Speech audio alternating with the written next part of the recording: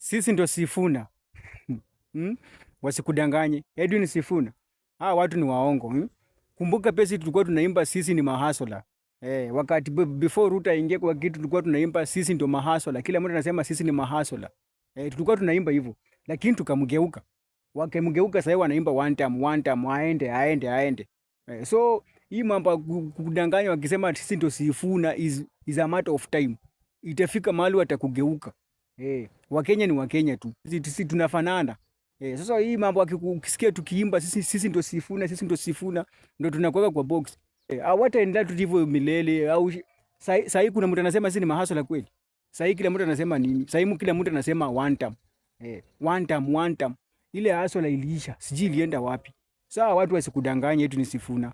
Watu wasikudanganye. Wakenya ni Wakenya tu. Sasa wewe wanakuimba wanasema sisi ni Sifuna. Next wataanza kusema sisi si Sifuna. Sifuna ni Sifuna. Na Wakenya ni Wakenya. Take note na utahadhari kabla ya hatari. Nonsense.